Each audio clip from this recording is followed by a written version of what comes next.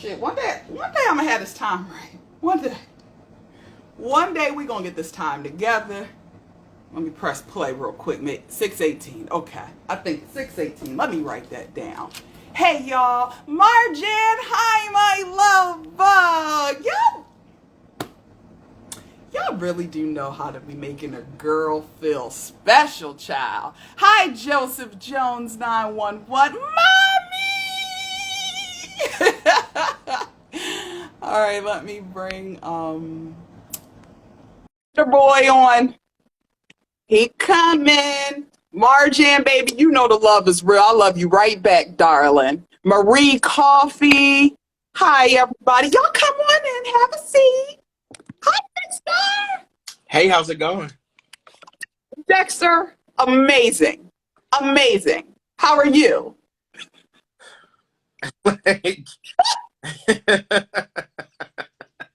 Great. Well, I see by your background, you're on location somewhere. What's going on? That's my house. I'm in the living room. I'm downstairs. Uh, Oh, you got a bed downstairs. and that decor, baby, is questionable. You can't be a friend. You can't be my friend and have decor like that, sweetheart. What's wrong with it? What's wrong with the decor? It's giving retirement home.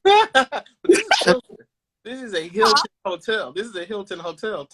Let they say top of the line. Well, tell Paris to stop focusing on them damn hotels over there in Asia and get back over here because mommy and daddy need some help. Hey, TJ Madison, baby. How's everybody? Aloha, good afternoon and evening. Yes, me mom's catering. She came and blessed us last weekend, and Dexter, ever since then, Hawaii is on the brain. You want to go to Hawaii? I will hop on that 11-hour flight, I think it is. Let's make it happen. It's paradise. Why would we not want to go to Hawaii? I've never been to Hawaii before.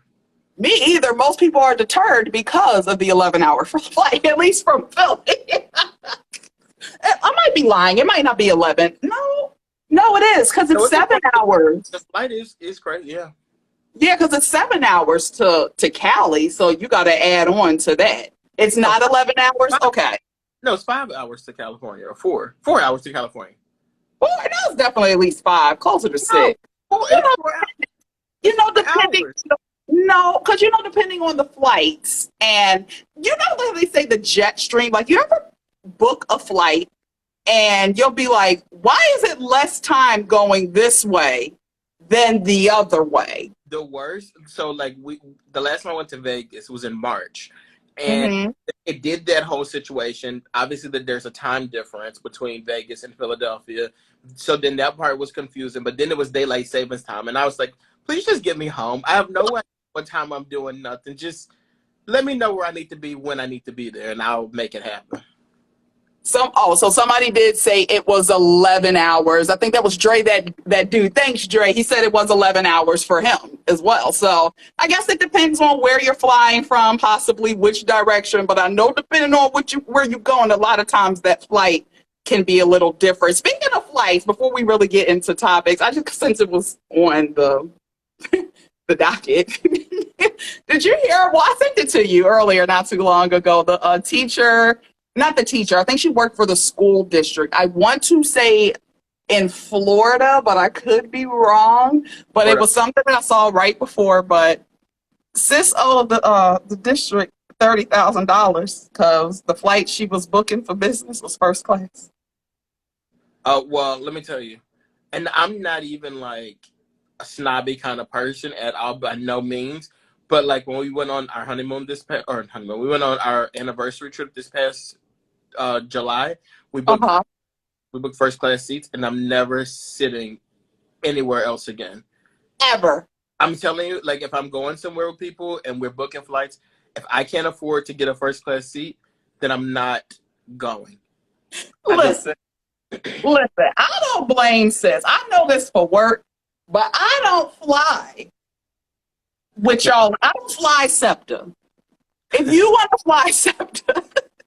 It's weird though, because like for me, I was always like, it's not necessary to spend that and it's two of us now. So like upgrading the seats is an additional $300. You've already spent damn near $1,000 on a flight. But I'm telling you, and it's not because of the food. It's not because I can't even tell you what it is. It's just the convenience of knowing that like you're in a seat. You don't have to wrestle anybody when it comes to like the luggage stuff. And let me tell you this. Now, this is a little snobby on my part. So, because I've done this before. So, like, I've only been on 2 first class flights in my life, and they were going Hey, back. you know, do real estate.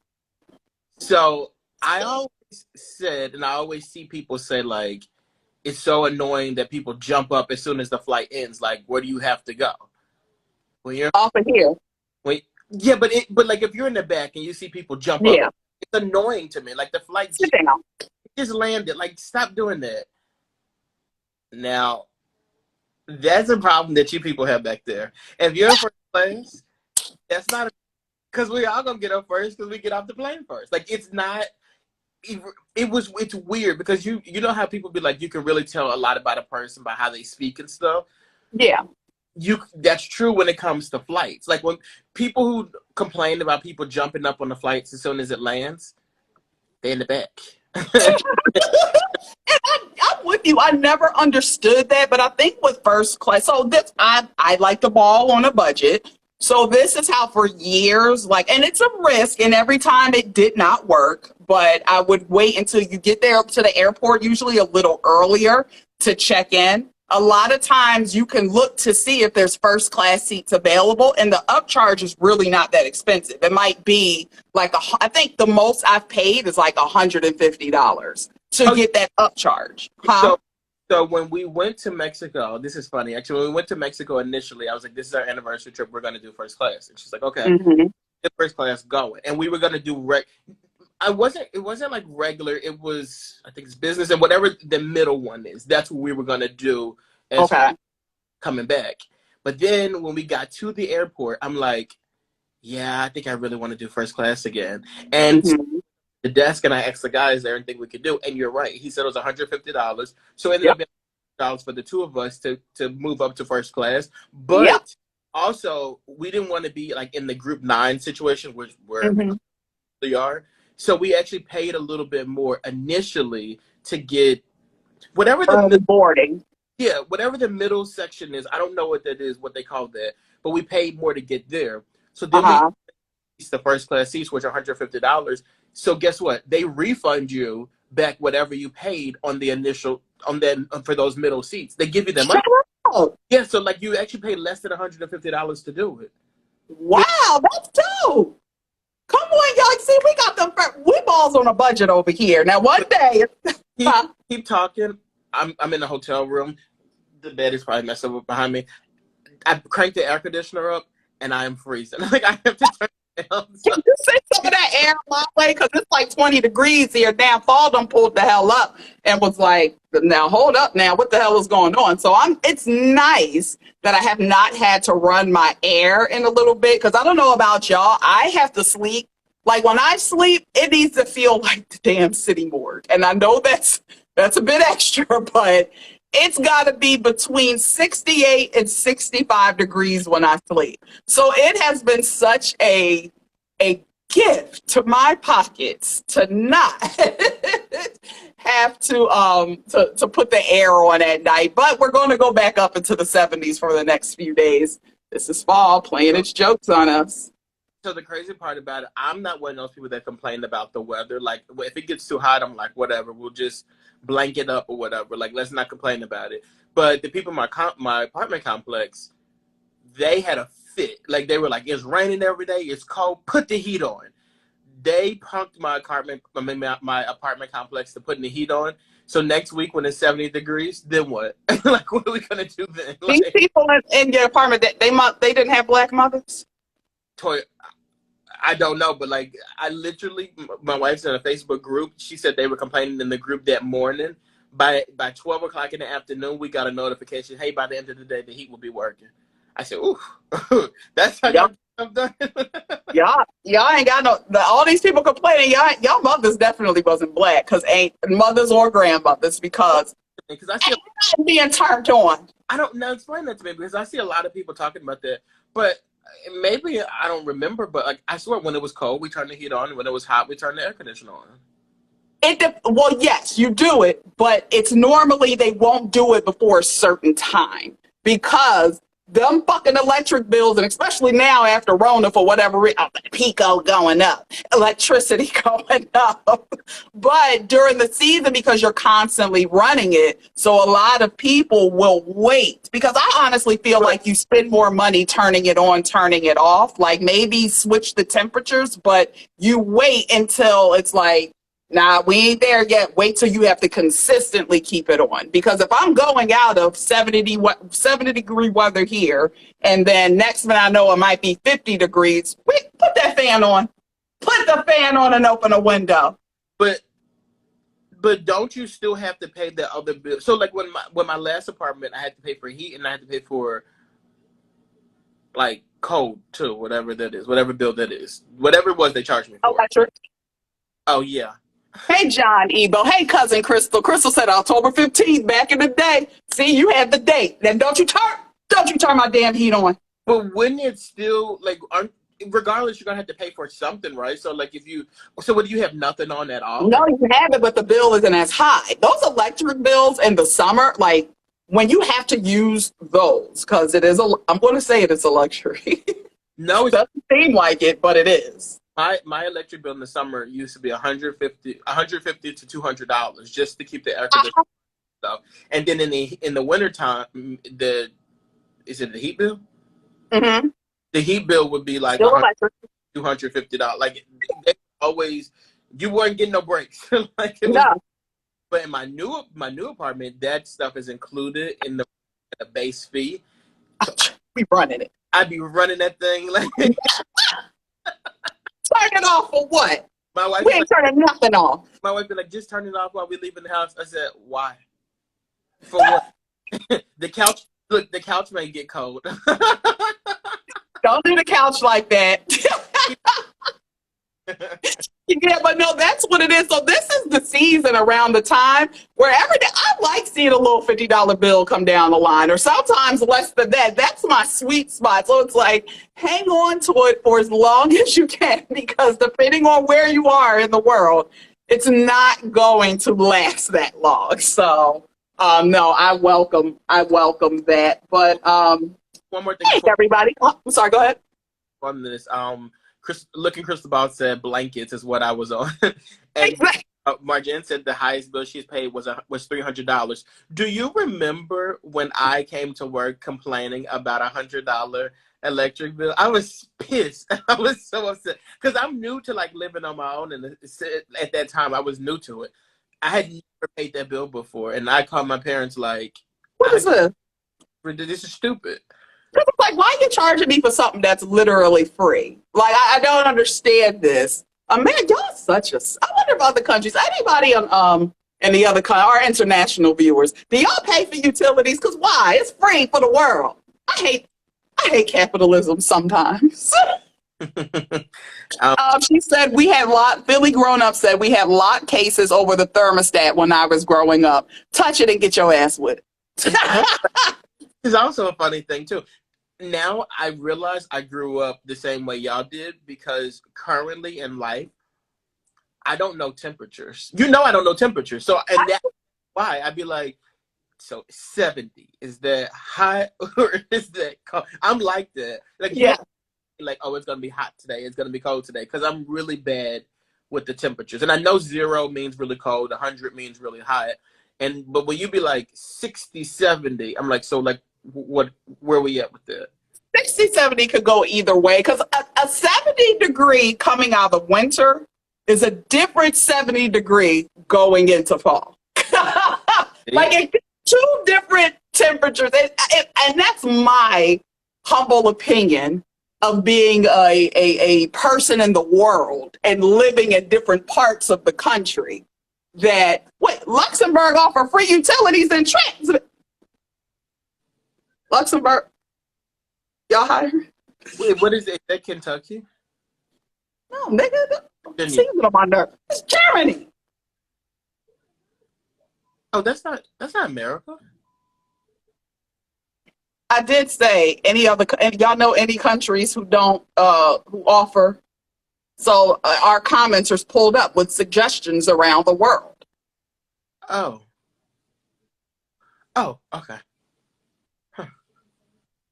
I love looking at you and seeing the dots connect. It really brings me joy, Dexter, because your delivery of it, like it's great. I think it should be replaced. You know that one of the girl, the lady. Which show is it? The white lady.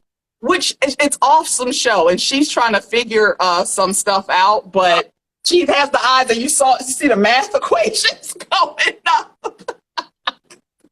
That I think it should be replaced with you, Dex. We're gonna put a bid in. We're gonna see where we can make this happen.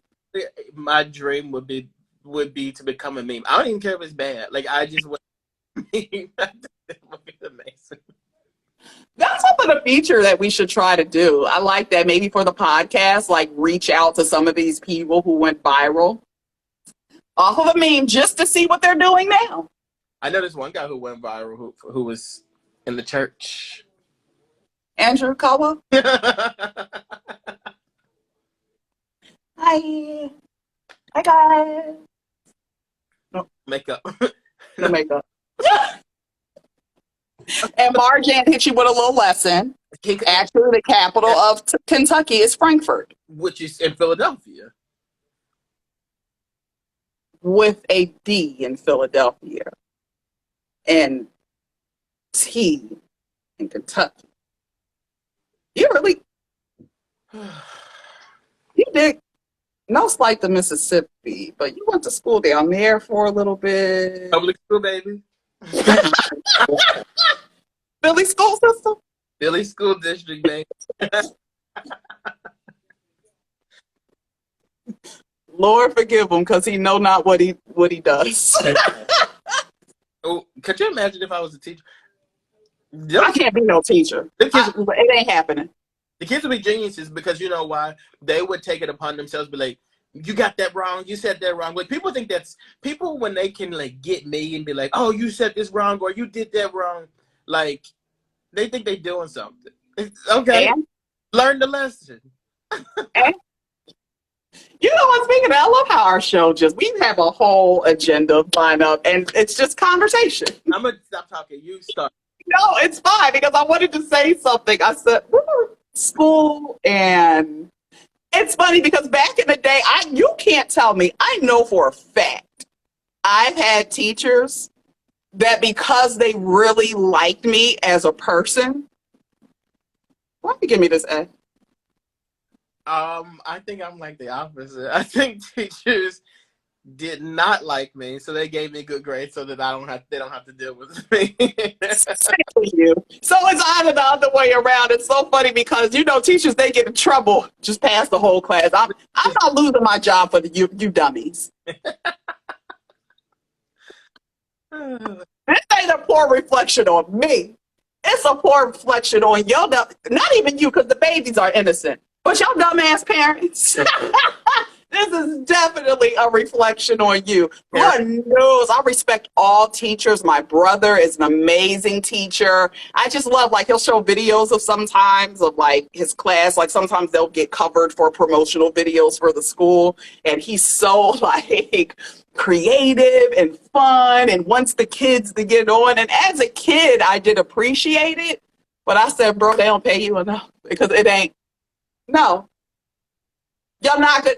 Because in my mind, I know my entire life, I did not know that 2 + 2 = 4. Like, I did not know that. And I know I had to be taught. But I don't have the patience to teach it. Because I would be like, 2 and fucking 2. Are you stupid? No, I like. Well, I don't know. I'm scared to have kids for that purpose, though. Like teaching them like anything. Like I don't think I can do it. I don't think I'll be good at teaching kids. Get the tutor in the house. Get the tutor in the house and pay these people whatever it is that they want. Because mommy don't have the patience for it. I don't. But people always say, I tell you, we're going on these tangents. People always say that they feel like teachers are underpaid. And I do agree with teachers being underpaid. Absolutely. But I think I don't want to get in trouble by any teachers or anything like that. But I kind of understand why you don't pay teachers like those big contracts and stuff like that, because then they'll start getting cocky. Teachers will start walking in the schoolyard with the Gucci belts on and stuff like that. Oh, I know you're not talking to me. Like, could you imagine if we really paid teachers what they were worth and they come in there with the Gucci stuff? They're not going to do no work. They on consistent vacations. You piss them off. If I'm a teacher and you pay me what I'm worth, you piss me off on a Monday, I promise you won't see me again until next Monday. I'm going on a trip. Not happy. They know what they're doing with these teachers. Like you gotta humble the teachers a little bit, because they will humble you if you let them. And guess what? Summer vacation siesta. Pick a spot on the mat. Pick 5 spots on the mat. Where we're going with our Gucci bag. You'll be good to come back to teach in August, right? I might. We'll see. All these schools is hiring. The money looking like you got a raise for me. Like, I'm telling you, teachers will be. Well, that's how the teachers at those very like high-end, well-to-do private schools, our public school teachers, no offense, you're not seeing them payrolls. And a lot of them teachers, they don't go nowhere. They know how good they got it.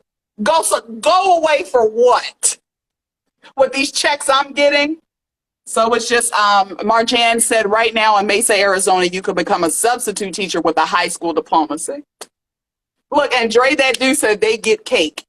They are the ones when the summer come, pick a place on the mat. I'm taking the whole family out. Could you imagine though, fresh out of high? Could you imagine? Just think about yourself, and you guys too. Think about yourselves, fresh out of high school. You know you have no business being in front of anybody's class teaching anything, and you know that. Please go get you a job somewhere else and don't teach nobody's kids. I'm gonna teach you. F all this. This chalkboard ain't gonna tell you nothing. Let's get to the pull up first 48. What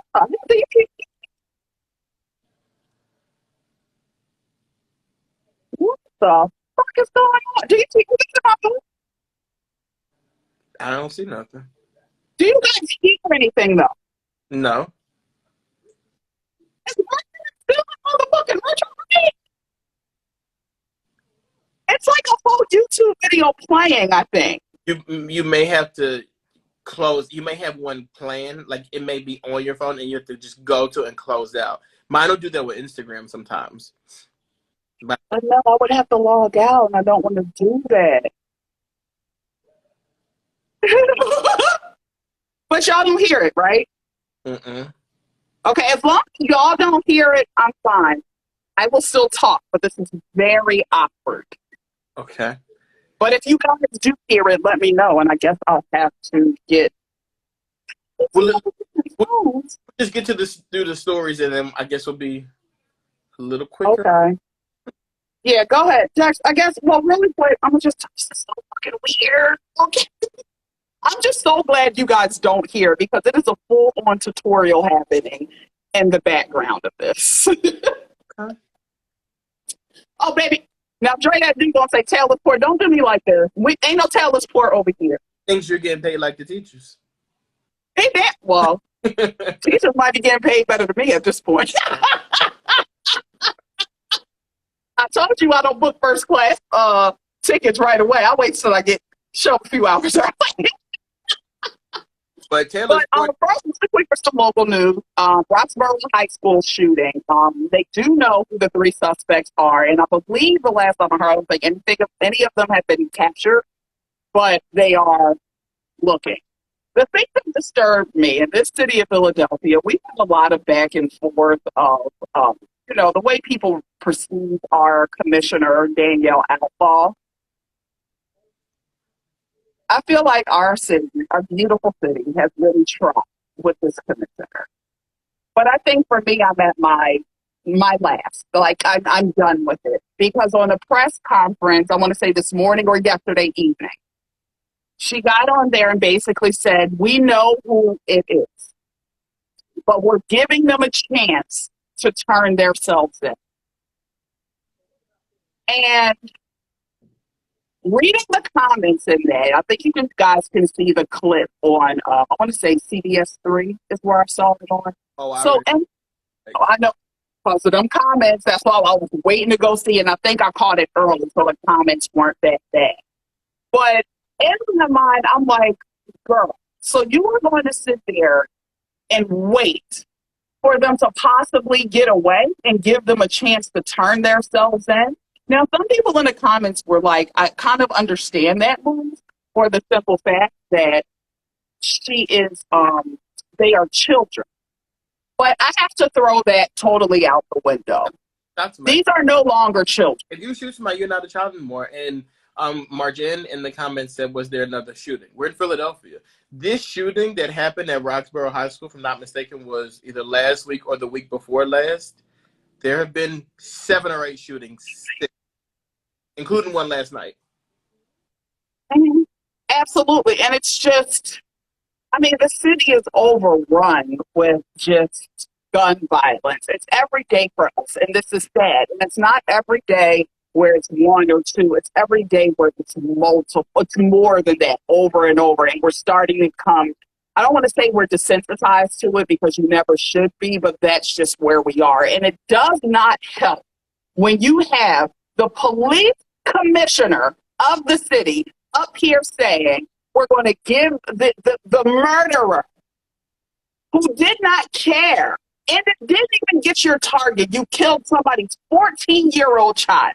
And for you to get up on that press conference and say, we know who it is. We're going to give them a chance to turn themselves in. Okay, and you know what? Make that make sense, though. If you say that and that's what we're going to do, we're going to give these people an opportunity to turn themselves in. You give a time limit, a timeline, and if they don't turn themselves in by this time, since they are kids, then you're going to arrest their parents. Absolutely. If that's the case, then what are we doing here? Why are we giving them time to turn themselves in? Like, it makes no sense to me. It's just, and even when the people are looking, now I remember back in the day, niggas used to run down south.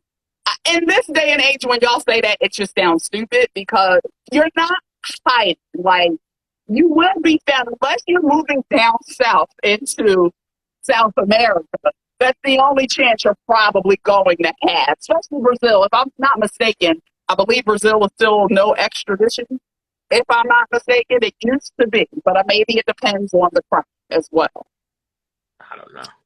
Yeah, but it's just, that just really bothered me watching that. Marjan said it's illegal to get a gun before 18. Let that sink in. Like, it literally is illegal to have a gun on you before you're the age of 18. So you know that these guns, but you knew from the beginning that the guns weren't going to be legal guns, though. But the fact that are not legal, to me, honestly, I don't think it'll be a bad thing to hold the parents accountable for this.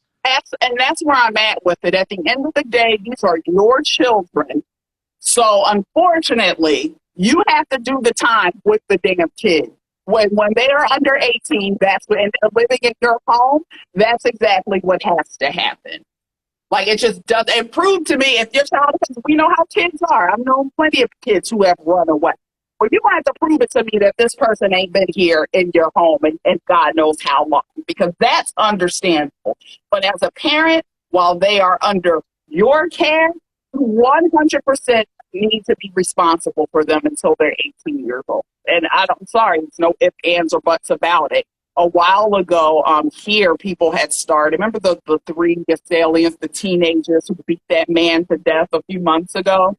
And the people started calling the parents to the altar. I was happy to see that movement because it needs to happen. She said in Virginia. Hey, and Mitch 16 said they are killing everywhere. It's in Virginia too. Well, listen, I knew growing up back in the day, we lived in Virginia for a little bit. They ain't call Newport News bad news for no reason. Like, to get you went to bad news, you get, and I know a lot of people from the area hated it, but that's just what it was. You knew what happened when you moved to Newport News. Now, this was years ago. Could have been all cleaned up, gentrification and took they tentacles and everything.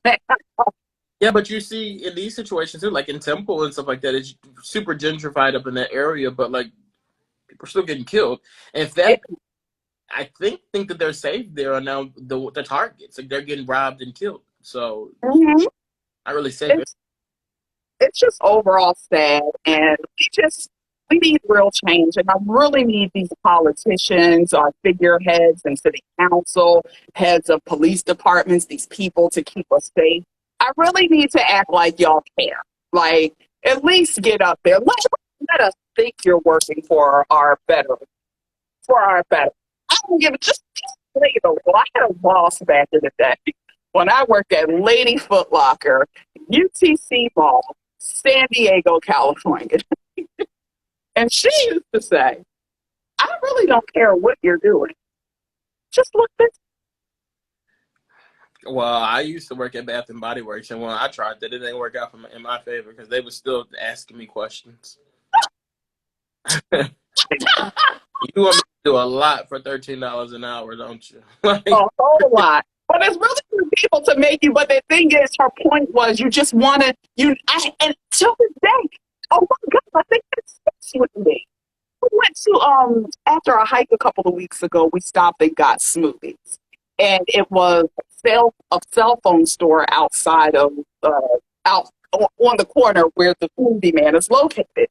And I looked in the store, every fucking body was sitting down on their phone. And I understand it's a cell phone store and it must not be much to do. But when you see a motherfucking customer come in, look busy, look like you're doing something, look like you're waiting to help. This was a Saturday? You went hiking on Saturday? Huh? Yeah, Saturday. Yeah, so you was off work? I was off work? Yeah, you was off work? Yeah. Yeah, mind your business. No, because there's etiquette. When you're dealing with a problem, with the public, there's etiquette. I can't stand it. When I used to work at Sprint and people used to come in there, like I would sometimes jump up to pretend like I was doing work. But then when people be complaining, like, ain't nobody doing nothing, I sit right back down. I'm like, yeah, I'm not doing this. Saturday. It's a Saturday. Like, you off of work, so relax. And then when you come over to me, I'll get up. But come on now. Get your ass up there and help me. and don't make me get Karen. Well, not too Karen. Where your man? Right here. Don't you see the collar shirt? I'm going to call corporate on you. And then they say, they ain't going to do nothing. Yes, they used to say, I'm going to call corporate on you. Good luck.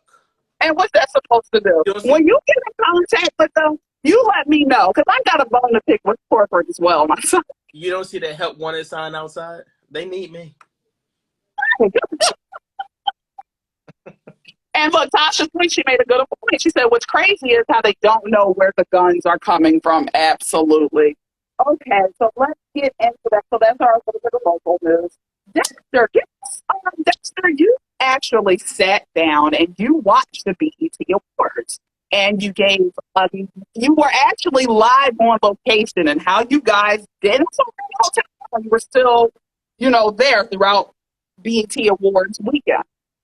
And it was great. You're in and out cutaways, reporting live from the BET Awards on Bro Talk Live. Guys, if you haven't checked it out, please do. But since you were there, what are your overall thoughts? Can you give some insights on what you saw? The BET Awards for last night, they aired live on BET. The honoree of the night was Trina, the baddest bee. She did an amazing job with her 2-minute speech where she went up there and she thanked everybody. Guess who introduced her? Remy Ma. They dug her up. They had her go out there and do her thing and talk or whatever. She even got an opportunity to perform with Fat Joe. Great show with her and Fat Joe. Fat Joe hosted the entire show. I will say that was a really, really, really good look for him. I hope he gets more opportunities like that. The ciphers. Everyone is talking about the ciphers. There's so many crazy things that happened. One of the biggest ones was Kirk Franklin was involved in one of the ciphers. They also had Meek Mill's baby mother, Milano, involved in one of the ciphers, and Meek was not happy about it. He said, shame on BET for putting her non-rapping up on that stage and doing the cipher. He did not like it. He wasn't crazy about it. Suki Hana, a rapper, says she's happy that she wasn't asked to do the cipher because she would have got up there and talked about giving oral sex to legendary icon, civil rights leader Martin Luther King. Another big thing that has happened is that Carisha Please, the podcast by Young Miami, won one of the biggest awards of the night, which is Urban Platform of the Year or whatever that was. She beat out amazing podcasts like Drink Champs actually came in tied with her, but she beat out amazing podcasts like $1 Million Worth of Game, The Breakfast Club, and Versus. guess what? She only has about 4 or 5 episodes, but that platform is allegedly the urban platform of the year. I think that's all I got for the BET Awards. Yeah, that's all I got. Live on the scene, you had the mic ready, you had the rundown. The meat shit was crazy because I did not watch. And once I saw the video, it was ready. So let me just start with why I did not watch the award show. Because this past weekend was the actual show, right? Mm-hmm. Okay. So circulating on all the blogs and everything, we saw pictures, we saw little features, little conversations around it. And from what I have seen, I had no interest. Like everything was focused on like these, and I'm all for like embracing the influencers and the up and comers and things like that. But from what I saw, it was like they were giving more attention to these rappers' girlfriends and like the hairstylist Mm-hmm.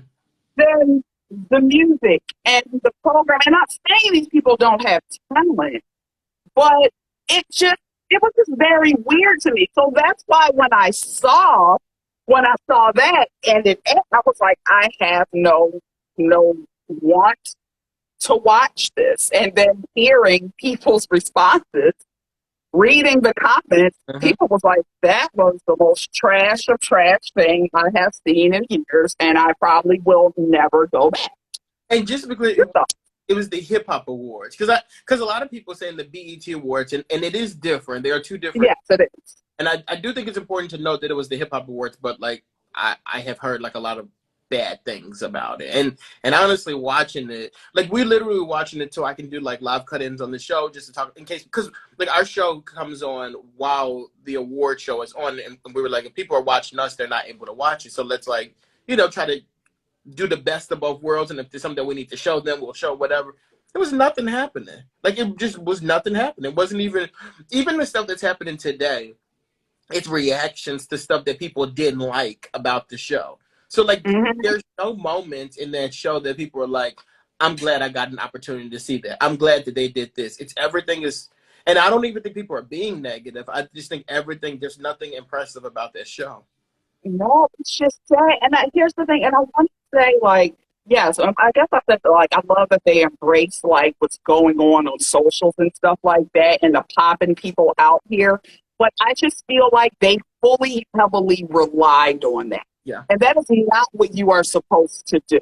And I know a lot of the execs, because people see what's going on these digital streets, and they're like the people who are pulling the strings, they just see numbers. And it's like, we got to do this. We got to put this out. And it's like, yes, but it's about execution. You cannot fully pack your show with just this and relying on that and not give people the real damn professionals. Like the real, it's just, I mean, the whole Carissa, please, getting like, what, 4 or 5 episodes? She's like 4 shows on YouTube, and it's a live podcast, but to say that is the biggest urban platform is crazy, and it's a slap in the face. And then it's kind of one of those things, they did it and they were like, it's a tie between this show and this show. There's no tie. There's no tie there. Like you can't tell me that show is bigger than Versus, or gave a bigger platform to artists than Versus, or The Breakfast Club, or Drink Champs by itself, or $1 million worth of game. Like you can't do that. Or the comments. Like, yeah, come on now. Look, popular right now is cool, and that's what she is. Like the show is super popular right now, but let's be realistic. Yeah, like that I never, ever want to see that again. Mm-hmm. I need y'all to get decision makers. I need y'all to have a happy medium. Please just don't buckle under pressure, because that's what everybody else is doing. Yes, add it, but it has to be executed in a right way that makes sense. Because Dexter, a lot of these digital like comedians and stuff, when they get in front of the mic, they freeze up. Yeah. Tasha Sweets, or I think it's a Tasha Sweets or Tasha. I'm sorry, Yes. but she said she watched The Basement before the BT Awards came on, and it's really funny because I was watching BT all day yesterday. Keep talking. I was watching BT all day yesterday, and I saw that The Basement was on there with Tigger, and it was kind of odd because I'm like, oh, this is cool. I didn't know this show is still on, and apparently they just brought it back, which I guess is it's good, but at the same time though, I don't. I feel like we've escaped it, and maybe I'm my age group or whatever. I don't know, but I don't think these young kids today are super concerned with cipher rapping and battle rapping and stuff like that. I think if BET was going to do a show and they want to get like a younger audience, they should do what we're watching and what these young kids are watching. People are watching content now. They're watching videos. They want to see. Not, I think we've moved past that as a society. But like, if you really, really want to do a show to engage young audiences, why don't you do like a clip show where you show clips and show like we're doing Bro Talk Live, show like funny clips and stuff like that to engage your audience. Like engage your audience. Invite celebrities on there to talk about the clips and stuff like that. There's ways that BET could make money. There's definitely ways that BET can make money, and I don't think that this is the path to do it. HQ4KKD. What? HQ4KKD. You know, Rawlings a little different with the name, but we don't know what that means, though. Said that's not true. People are still interested in battle rap. I think this individual is potentially 40. He's in his 40s. Guys, I think you guys are much, much, much older than the rest of us. So I think maybe you guys are still into that, but I think us young kids, we're not really into that as much. Well, I completely disagree with them. I do think there will always be, because battle rap, and let's be clear, it drives hip hop. Like, and no, it does not have the same levels, but it does drive it. You, when it comes to battle rap, it's always been about lyrics. So I need lyrical assassins up there. Who the fuck said, and I'm sorry, said, you know what, let's get Meek Mill, baby mom.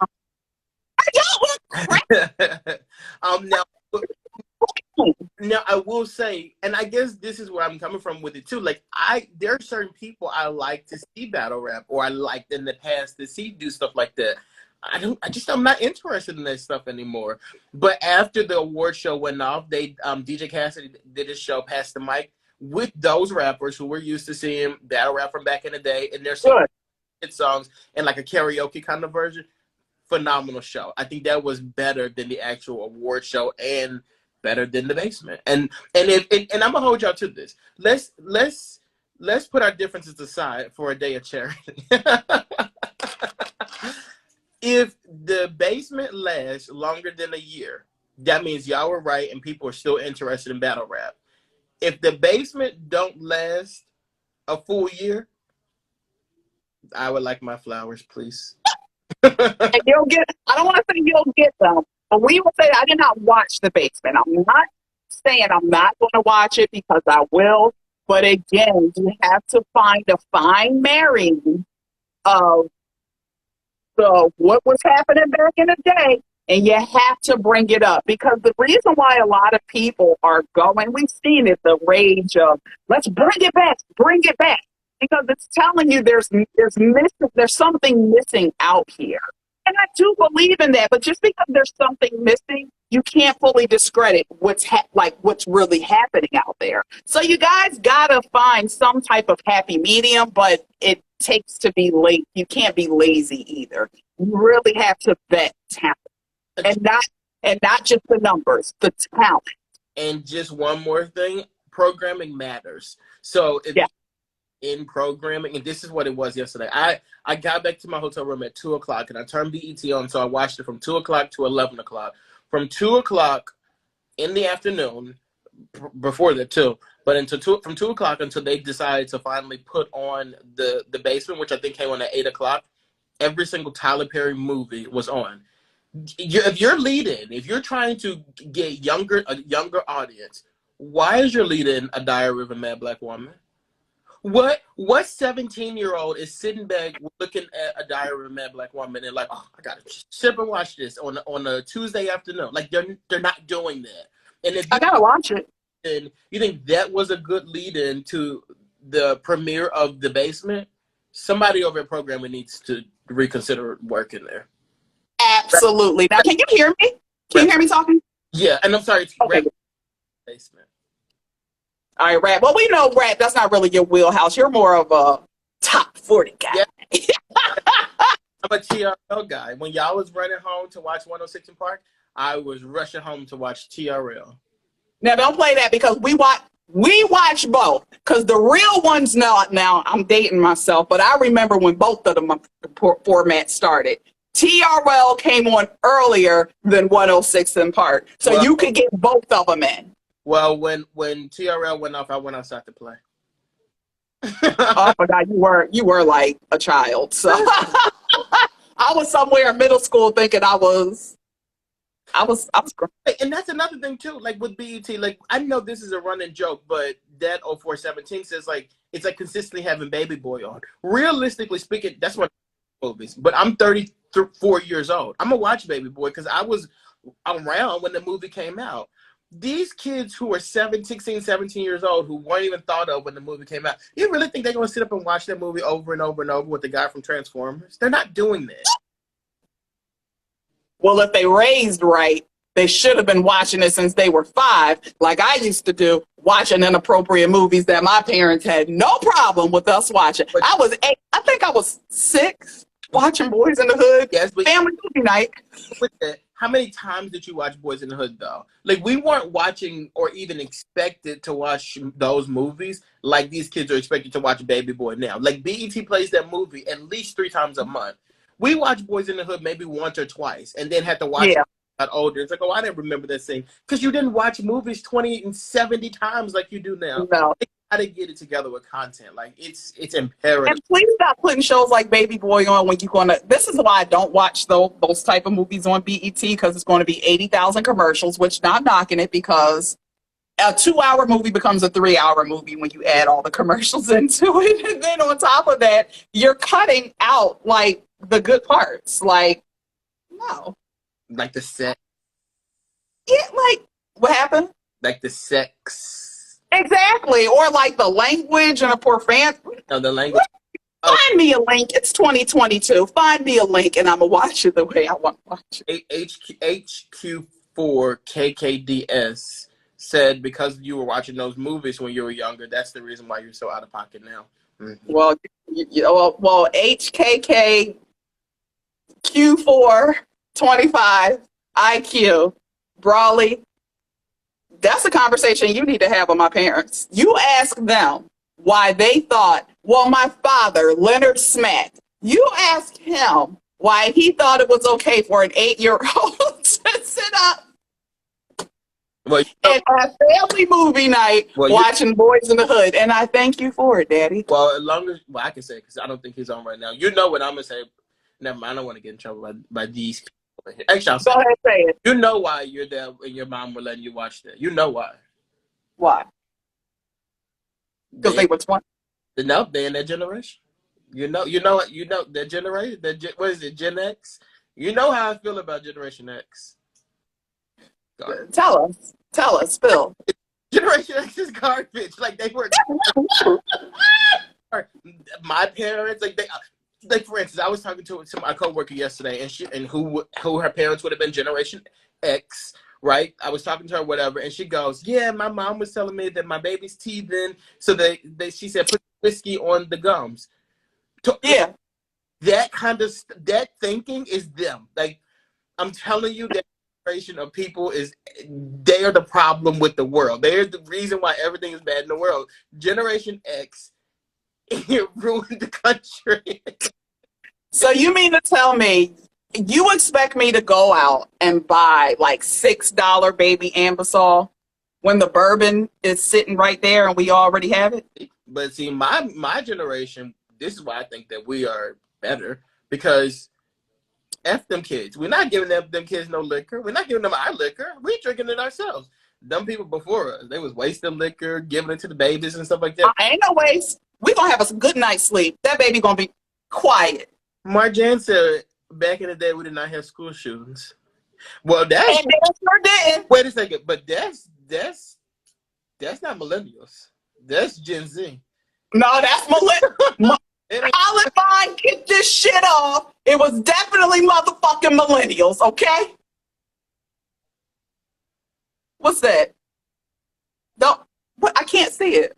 White flag? White paper? What color? White. Oh, okay. I don't know what that means. I don't know why you said that.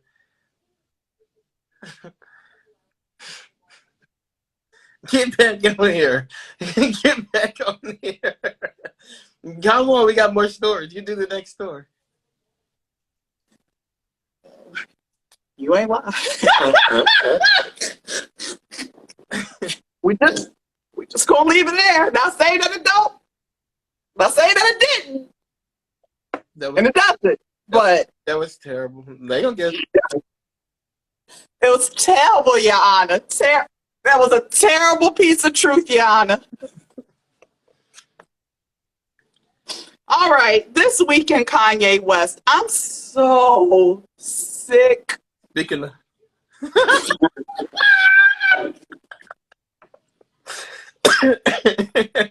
oh God.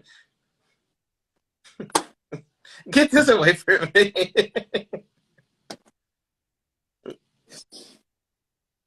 Oh dear Lord, baby Jesus, this show was a fucking mess. Ridiculous. Look, Marjan said I can say it. What'd she say? She said I can say it.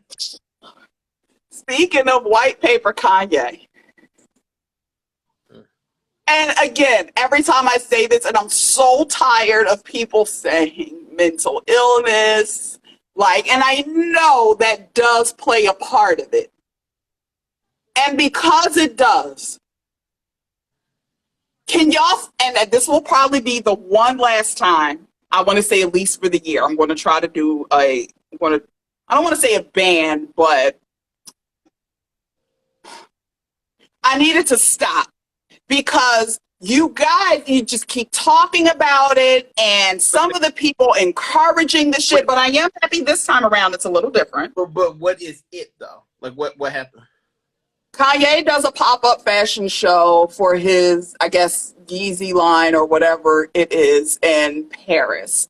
He decides to display the show-offs, his part of his collection, and on the collection it includes shirts with White Lives Matter written on the back of them. A lot of times I will say the reaction this time is a bit different because so many people have absolutely enough is enough already. When are y'all going to stop this? Why do you guys keep encouraging this man? It's like the delusion of the Kanye West fans as far as oh, he's a genius, he can do anything. And then you'll throw in, oh, but he has mental illness. Okay, let him get his behind the F together then.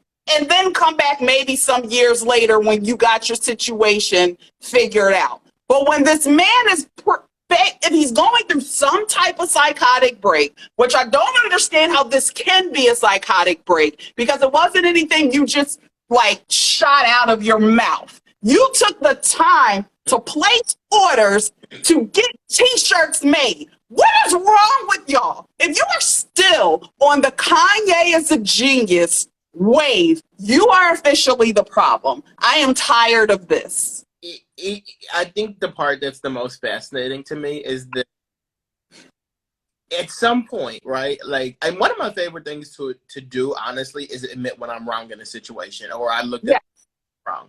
And I think when Kanye West did the thing where he said slavery was a choice, I knew things were crazy in our society when people were like, but if you really think about it was because they had the choice to do this, that, and the. I should have known that there was a problem then, but it got to another level because when this happened, people were literally like, well, you see what they did with the money, with Black Lives Matter. And I'm like, I've never in a million years have donated money to the organization of Black Lives Matter. I never understood the purpose of donating money, so I never. Mm-hmm. My overall involvement when it comes to Black Lives Matter is to literally walk out the door and say, like, I matter as a Black person, and I want to. Yes. Like, that is solely what Black Lives Matters means to me.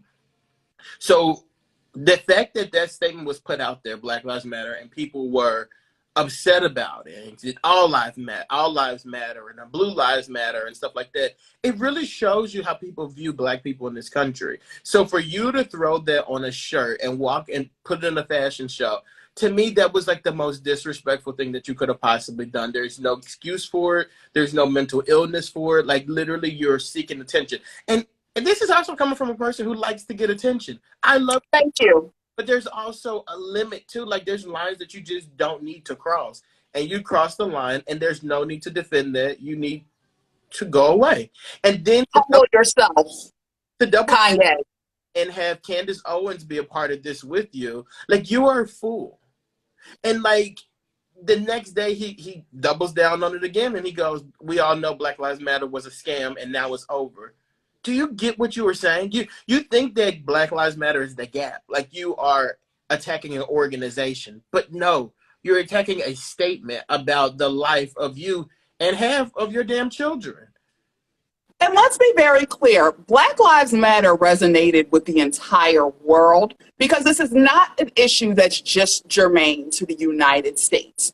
Darker people around the entire world, no matter what region that you're from a lot of the times, when it comes to darker people, they are always looked down upon. Why the hell do you think Northern Italians are always saying some slick-ish about the Sicilians, or they don't even really look at Sicilians as Italian? Oh, we're Sicilian. Because they're highly mixed with Black blood. Even when it comes to our, Indian, not Native American Indians, but Indian brothers and sisters. The lighter side of them, those are the ones who are praised. They resonate more with whiteness, but the darker Indians, they are treated like trash on a daily basis. So for Kanye, for you to say that out of your fat mouth, seeing that everything we've been going through these past few years, it is sickening, it is disrespectful,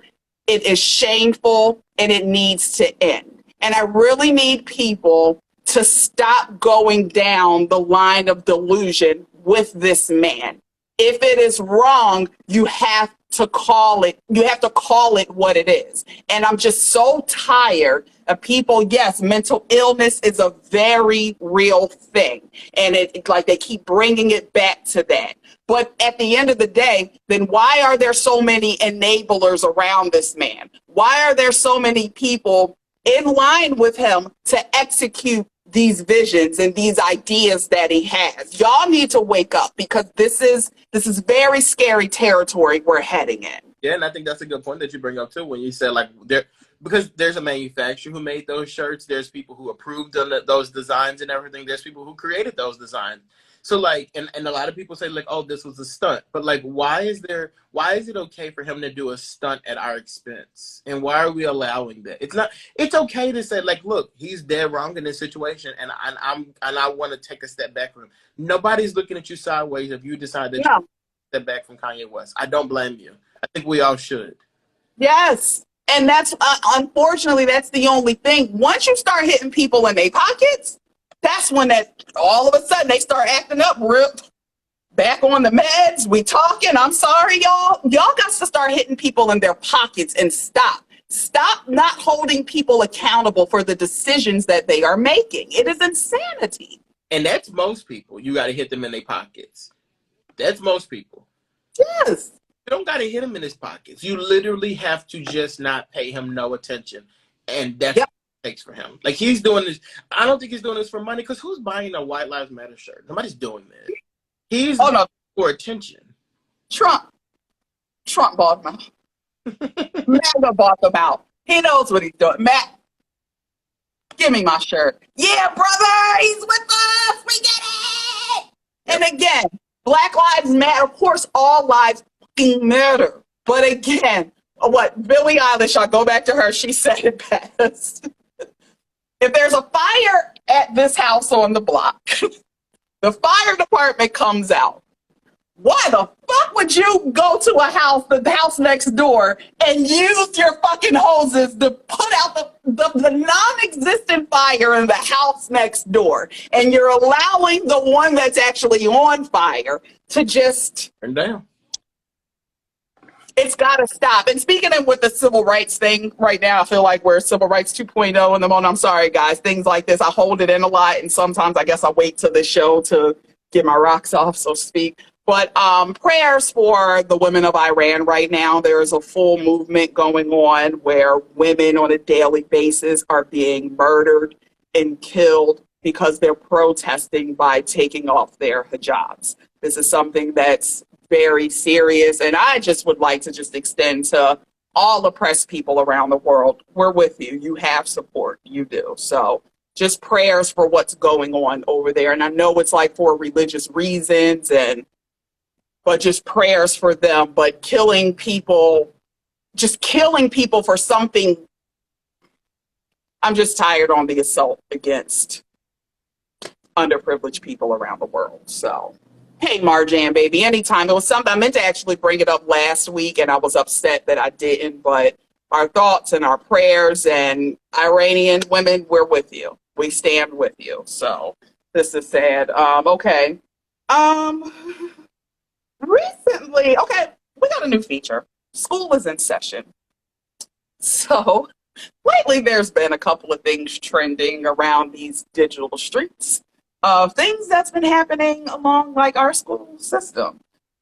Recently, there was I want to say this was in the state of Florida. I might be wrong. Please forgive me if I am. But a school bus driver, after showing up to one of his bus stops after school an hour late, he was received by angry parents who in turn decided to get on this man's bus and whip his ass for being late. Right. Actually, some of the parents got on the bus. There's videos of this man getting his ass beat on the bus by the parents, which overall, it's a misfortunate event that went down. I see the problem. The problem. I know. I already see exactly what the problem is. Tell us what the problem is, sir. There was video. Because, don't record the video, but if you show my child an hour late, I'm on that bus and I'm swinging too, but don't record it. Don't get me in trouble for being a bus driver. Do not play with my children. Like, if my child is on that bus and I'm sitting here waiting for my child to get here at a certain time, I'm going to hit you. For me, my mind automatically goes to you're doing something to my child.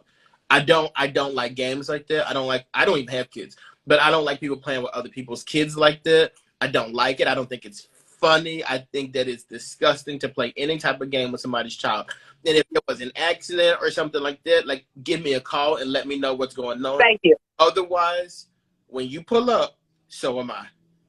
The school set this man up for failure, and this man ain't no way. Y'all gonna cut me a check. Somebody, not even the parents, because the parents, I understand that reaction. You have my child. What the hell is going on? But on the school side of things, from what this guy said, there has been repeated problems with the kids. I know, as a kid in Florida who was riding the school bus multiple places, there was plenty of times, ain't no parents around to be maybe one driver and attendant, but I don't even think bus attendants exist anymore from what I can tell. But there were plenty of times where the bus driver was like, late. We turning this bus around. No. Oh, look, Austin Andre mom, Austin _Andre mom. I missed the beginning of it. But basically, hey, everybody. There's no excuse for you to put your hands on that bus driver. If he was late, he was probably late for a reason. If you want your kids to be with you at a certain time, you should go pick your kids up. Well, now I know when it's time to pick my kids up, I'm not letting you stay at the bus stop to pick them up because you're not gonna fight. I need to fight. No, LS Raw says this is the school because the school should have alerted the parents. Because back in the day, our parents knew, I feel like our schools did a good job where if it was issues on the bus, our parents kind of knew about it. And then if we were late, they come, no, what y'all do on the bus today? And then you would give the parent the option to come pick up the kid. But it is a hazard to have your kids back there jumping up and down, doing whatever they want to do, not listening. It's distracted driving and can cause more danger to people on the road because y'all kids don't know how to sit the hell down on the school bus. And being that this man has no help to like, because that's what the bus attendant was always for. The driver should just be focusing on driving. I should not be focusing on driving and sitting your wild ass kids down. And I understand why they act out like that because they look at it as like a sense of freedom. But I remember one of my schools back in the day, we're responsible for you until you get in that house. So guess what? You want to fight, you want to do this, you want to do that, you still going to get suspended, you still going to get reprimanded until you get inside of your house. And I think like maybe when we were kids, that was explained to us and we kind of understood that. But these kids today, I guess we look at the school district, these motherfuckers can't even find bus drivers. So they're just doing whatever they want. So he could have just turned around. I believe in gentle parenting, so I do think teachers, bus drivers, and stuff like that they should subscribe to that as well. And I think that you make an announcement, hey guys, I'm asking you very nicely to please sit down, and if you don't, when I get to your homes, I have to tell your parents on you. That's all he had to do. There was no excuse for you to. So what was the reason he was late? Because the kids were acting up? No, because he had to stop multiple times to get them under control. But here's the thing. And I've been on buses where they have stopped, but when it has gotten that bad, the driver has always turned around and gone back to the school. If it was that bad, maybe that's what he should have done. Because guess what? This job probably $13 an hour. You don't pay me enough to go back and forth $10 an hour. I was like, you see me, I couldn't count for a minute. I said, tell me you got an extra set of hands behind you. No, like bus drivers get paid like $10 an hour in Philadelphia. They get paid like $10 an hour, and they only work 4 hours a day. About 4 hours a day. You motherfuckers lucky I ain't just get off the bus and leave your kids on the middle of Broad Street and y'all come get them. So let me get this straight.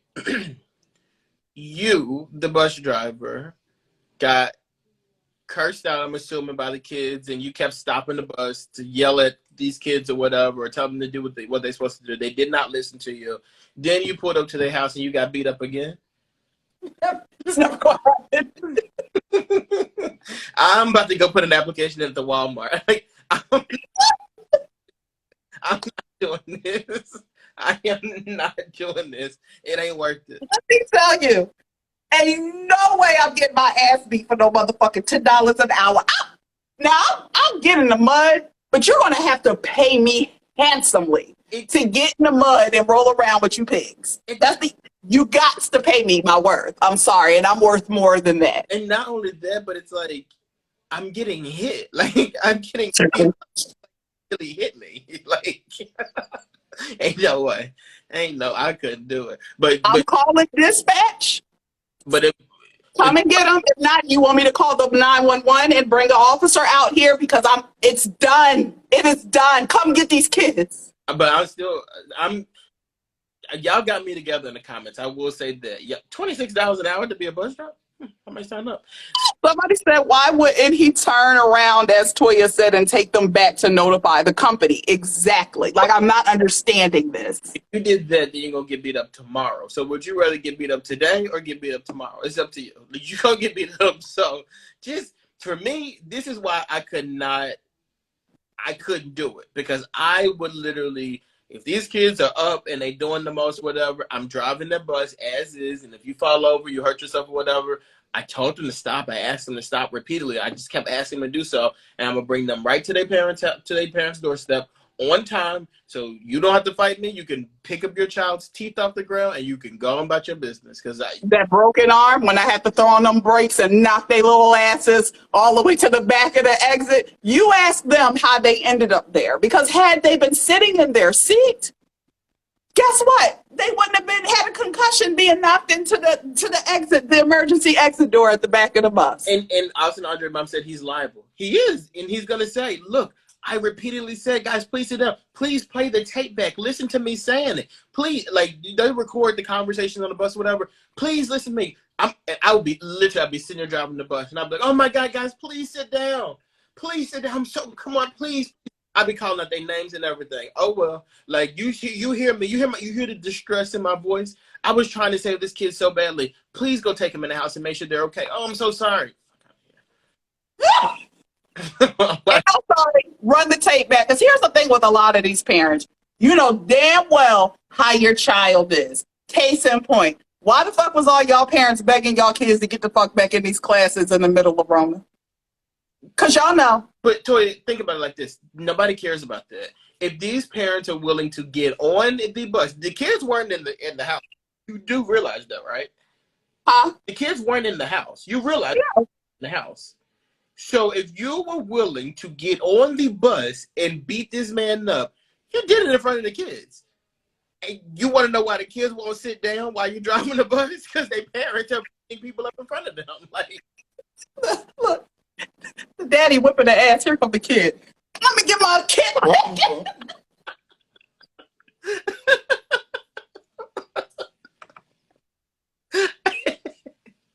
absolutely. No, the motherfucking school district, you paying me, you are fucking cutting a check. Because I know goddamn well I ain't get my ass beat by an 8-year-old and his daddy. And that's another thing. The parents don't want to pay. They really do want the kids to be away from them. So they should have been thanking the bus driver. Like, you got an extra hour away from the kid. This monster.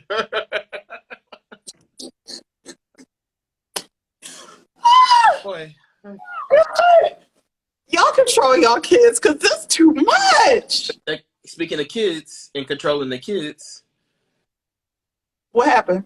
The auction. Oh, segue. But what was the segue? Since you know it, follow it through that. So in California, there was a silent auction that there's an athletic team that had to forfeit a game because they were caught on camera recording, as like people do, caught on camera doing a live slave auction with some of their black players. Now in the video, it shows somebody walking into a locker room and you hear people like screaming out numbers, 200, 300, whatever. And then the camera pans over and it's a couple of black kids who were on the team as well, standing there like as if they were being auctioned off. What did you think about that, LaToya? Go live with him. Wait, what you mean? Who? What your kid? What Angela Bassett say to that husband that cheated on it? Get your shit, and get out. No, see, that's the thing, though. I think a lot of people blame for this, but in reality, I think the problem here is this. Yeah, absolutely. You stood there and let them do this to you. Like, you stood there and let them fake auction you off. Now, if that was my child, you thought I beat the bus driver up. If that was my child getting auctioned off like that, I'm going to beat you. Because don't you ever do that. I might as well cut off your motherfucking foot, Toby, at this point in time. Because why would you get up there? All these good Dr. Umar teachings, Marcus, Frederick Douglass, Marcus Garvey Academy teachings, we be giving your black ass at home, and this is how you do? What is wrong with you? Like, but let's be clear. Part of me, and we've touched on this before, part of me does not, it depends on the household you were brought up in. What you mean? If you see your parents begging to be accepted by whiteness on a daily damn basis. Oh, well, yeah, that's true, too. I can see that. Because shit starts at the home. But let's be very clear about this. So because I agree with that, and I do think there are a lot of parents who are like that. They want to be, and it is whiteness, but like a lot of people just want to be accepted in society in general. And I think that they do that, and they have like this way of like, oh, they're just joking. They didn't mean anything by it.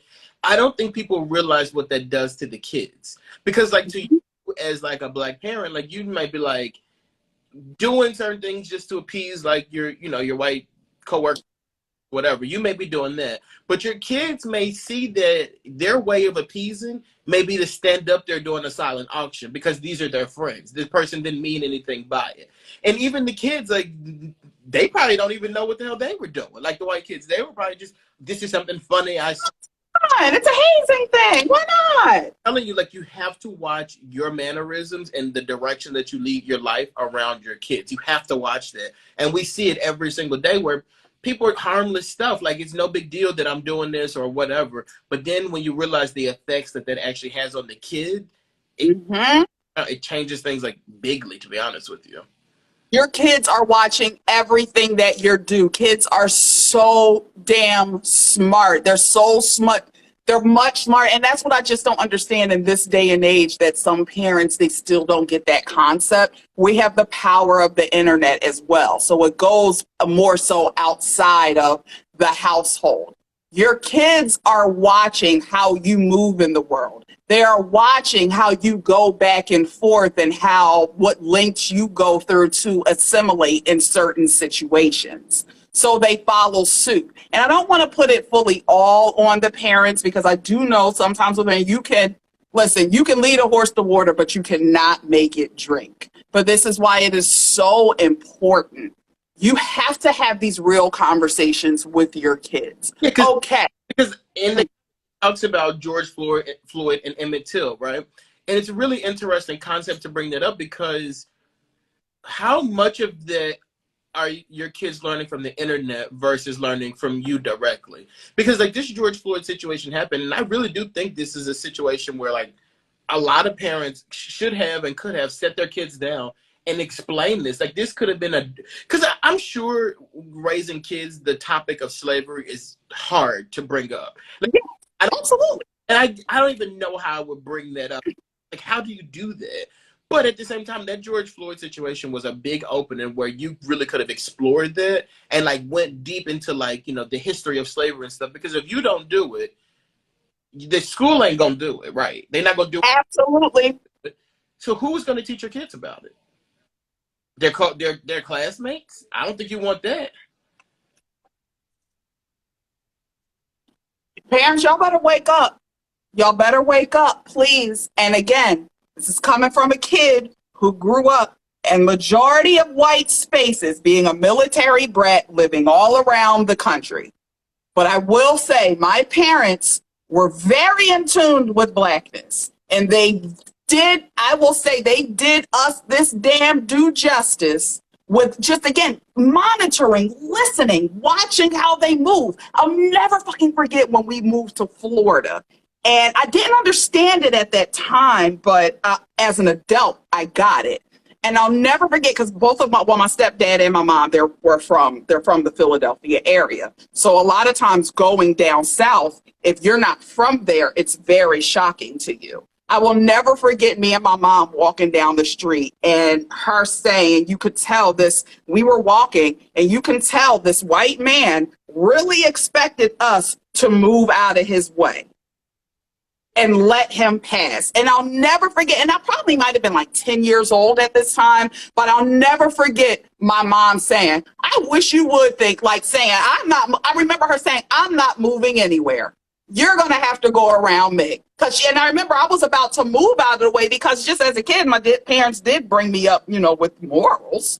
So I went to like move and my mom was like, she pulled me in closer to her.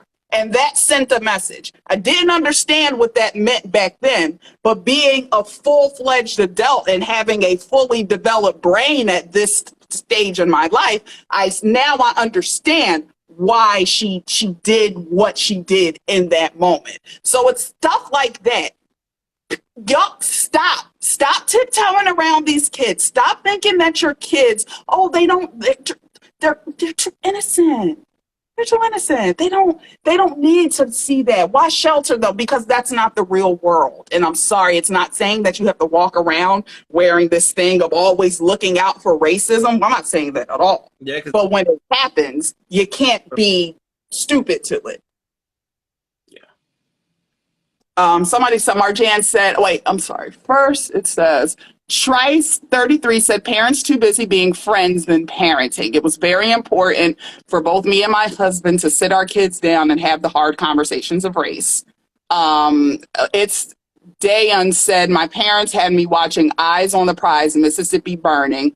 But yeah, it's just like, please, of course, nobody wants to have, who the fuck really wants to sit down and have these conversations with their kids about things like this? But unfortunately, yeah, it has to be done. And that comment there too, like it's better to teach it than them experience it. Because if you, like honestly, and I can say this like firsthand, experiencing something and not realizing that it's like racist or racism or embedded in racism, you start to internalize that yourself because like you don't that people are doing this because of the color of your skin. But when you're taught that and you realize that people are going to do that, you have a level of protection because you're expecting people to come with the BS. And it's sad. It's sad because here's the thing: a lot of times it'll come and that shit'll hurt you. Because especially if these are all the experiences you ever known, and eventually it's going to rear its head. Hopefully it doesn't, but eventually 9 times out of 10 it's going to rear its head, and you're going to get that wake up call. It is your responsibility as a parent to arm your kids. It is your responsibility as a parent to arm your children with work or the education. What? Arm them with. Yeah. With education, because at least it will do somewhat of softening the blow. Like damn, it hurts because this is a friend of mine, but shit, my parents told me about this. And don't scare the kids. You can have this lesson without scaring people and making them think like everybody's out to get them. Because that's not it's not always everybody out to get them, but there are people out there that will do it. And then they got yes. So please, people, just get more involved a bit. So that was school sessions for the day.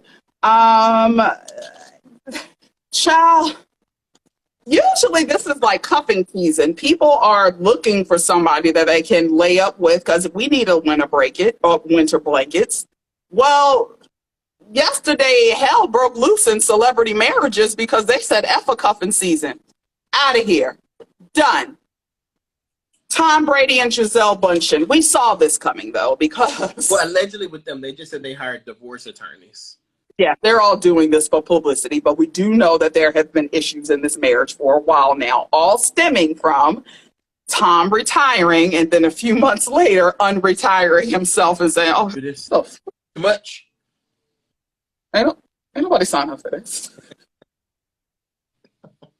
I'd rather deal with the field than this ish. And I can understand Gisele. I would rather a 200-pound man attempt to tackle me than to deal with these. I'm going back to work. These kids don't even give a shit about that I got all these rings and damn trophies. I don't care nothing about that. No.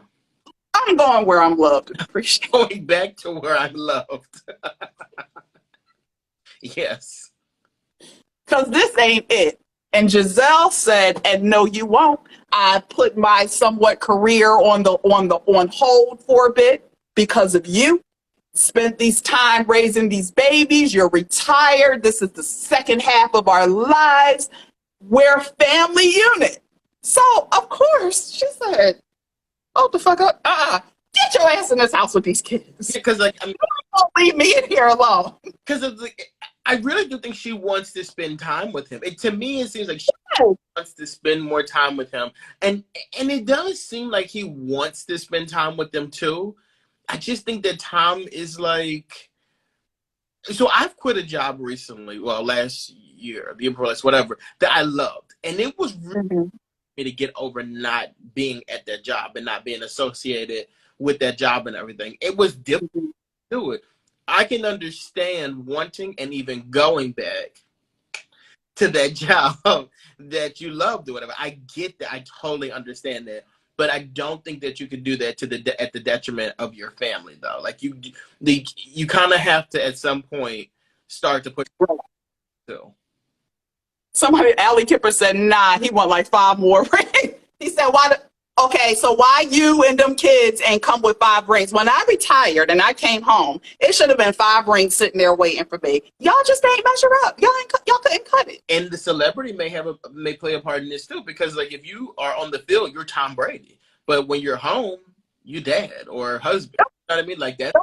Kids will humble the shit out of you. I don't give a damn if you Beyonce out there on that motherfucking Super Bowl on that stage. Blue checks Beyonce on a regular and her mom and daddy on a regular. You too hype. Calm your nerve. Tom couldn't handle it. He could not handle. He went home. He told these kids, "You know who I am." Yeah, dad. Yeah, take me or not. Let's go. He said, "You better go see about me. Get them Google fingers together." They're Googling the Uber because if you don't hurry up, they're going to take an Uber to school. These kids don't care.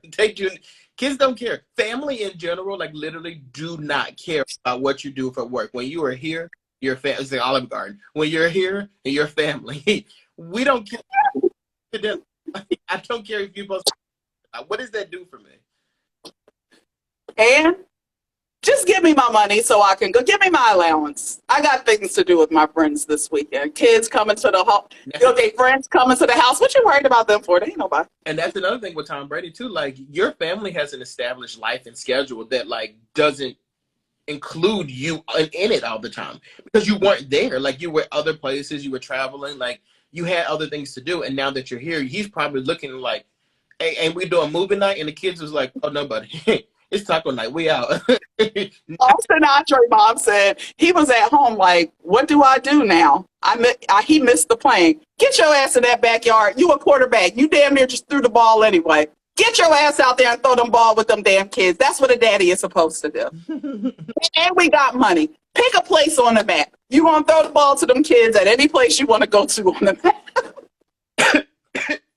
And then Tia and her husband broke up, and they've been together for Jesus, what's going on? They've been married for 15 years, but apparently together for about 20 years. So, oh my God. So that's actually, I'm getting like hiccups. Throat chakra got you messed up. Your throat chakra off, sweetie. You're going to have to sage after this. Sage it out. I'm getting the hiccups, which is crazy. Like, are you 12? But they were together for about 20 years, and it's really interesting because people are speculating like what happened to them. When I say people, I mean me. I think that her husband cheated because like Tia just doesn't seem the type of woman that would do that. But he did. Somebody in the shade room said like he cheated or whatever, and he was like absolutely not. That is not what happened in this situation. And I don't think that we're going to know or find out what happened in this situation. And honestly, I don't think we need to. We don't let these people and the reason why I say that with them, because they never led their married life like for us all to like. Yes, they did have a reality show, but it wasn't the reality show of today. It was very respectful. You got to say they were or they presented to be a loving couple, and at that time they probably were. But also, this is like. How old? They were very young when they got married, right? Yeah, because I don't even think I think she may be in her 40s now, so I think that they were together. I mean, like all her life, to be honest with you. At least. Yeah. No, I will say this though, because all these marriages and stuff breaking up. Do you guys in the comments? Do you guys think monogamy is possible? Like, do you? Yeah. And I'm not saying it just solely based on the celebrity couples, but just like long-term couples breaking up and stuff like that. Do you think like marriage is outdated and monogamy is not like popular? No. Yeah, I think, and this is coming from a woman who is not married, so it's like I'm not looking at it like attack on marriages or anything like that. But no, monogamy and marriage, in my opinion, it is not outdated. People do what you want to do in your marriage. Like, there has to be laws of respect, boundaries, even situationships that might work for you and your spouse. But that's something that needs to be talked and confirmed and communicated and okayed between you and your spouse, no matter what your lines are, what's okay and boundaries are. Once you start making decisions outside of that marital plan, it's a problem. And that's never okay. But this is another issue where, and I know people will go against me, some people will go against me. I do not believe anybody in their 20s should be married. Not in this day and age. What you mean? I don't think anybody in their 20s should be married at this day and age. It's funny. You have no idea who you are in your 20s. I'll be 40 in July. I can tell you right fucking now, I am a completely different person than I was at 22. I did not know who I was at 22. I'm just figuring out, I'm just stepping in to who this bitch is. So, Dan thinks like COVID has a lot to do with like people getting divorced and stuff like that, kind of getting tired of people and stuff. And yes. I think Ali Kipper said a lot of people get married for the experience, and it's weird too because like with me, I will say, like after like my wedding, people were like, I want to get married because I want to have a lit wedding like how you did. Not saying I want to get married because I want a partner and I want to do like that kind of stuff. They were actually saying they want to have a lit wedding. And I do think that we are in a culture right now where people are like actually competing to get like have like big weddings and over the top weddings and stuff like that.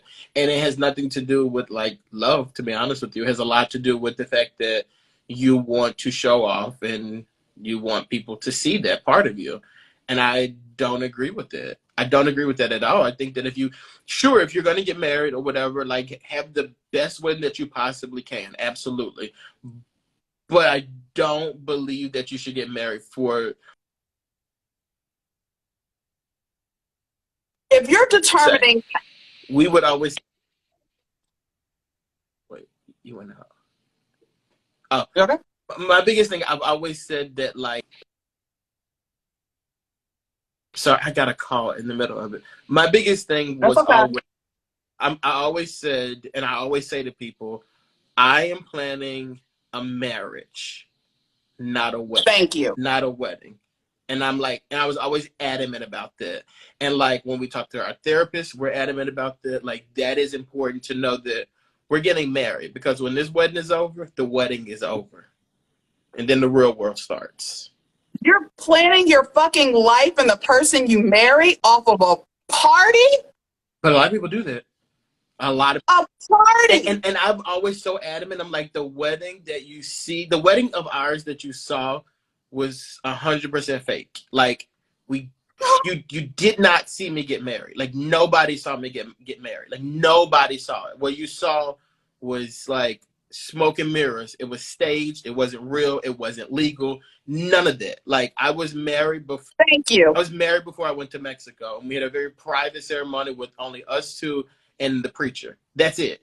I went to Mexico for a party. Like that's all it was. Yes. Like, that's it. It was a lit ass party, but let's be clear, this was just a party. It did not determine at the end of the day when it comes to this covenant that we made before God. It's about you and me. These 50 motherfuckers ain't going to be here every day of our wedding, no. Every day of our life. This is a party, and I really wish people would stop scaling it back. Stop making the actual wedding such a big deal about my day and getting caught up in perfection. Because guess what? I recently met a woman. Wedding cost, I want to say about $300,000. Beautiful day, wedding of her dreams. 6 months. See? Yeah, because you got to get to know the person too, though. Like a lot of people, I'm telling you, and this is even with me. We didn't live together before we got married. After we came back, you could have put a camera in the house and was like, "Are you sure you knew each other? Y'all didn't know a thing about each other. Like it's like, oh, you do this, oh, you do that." And for me, luckily, that part was fun. Like I love the exploring part. But a lot of people can't do that. And I think it does go back to COVID too, where it's like a lot of people were spending so much time with each other and they're just like, yeah, I hate you. Like, and I think that's why we're here, where we are now. People realize that. So Marjan made a great, I think everyone should do therapy before getting married. Absolutely. Ali Kipper said they go broke, lose friends because of all the back drama of planning it. Let's see. LSL Ross says that shows you how immature people are. Shit, hold on. The comments on me. Just want to go back, read a few. Chelsea Koya, hey bestie, said, but also get married and have a low key wedding for just you and close friends. It's so much more romantic. Absolutely. Like I never understand that why people just get all out of sorts. I'm never going to take out a loan for a party. I never in my fucking life. This is a party. I'm not taking out no loans. And I know plenty of people. Anytime you go down to the motherfucking bank and take out a loan to have this wedding, you are mentally ill. No. You're going into this damn marriage with your priorities all the way fucked up. For me, like we were so adamant. There's two things we didn't want. We were not any loans for no wedding, and we were not accepting help from our parents for a wedding. Like we wanted to do this on our own, and I think that's important. I'm not saying you can't accept help from your family. I think if you want to do that, but if you do, tell them they still don't make no decisions. You still make all the decisions. Well, I don't care how all of it. Do it. We make the decisions, the couple. Yes. Loan stuff. I just think that level. It's scary to me to know that people are doing that.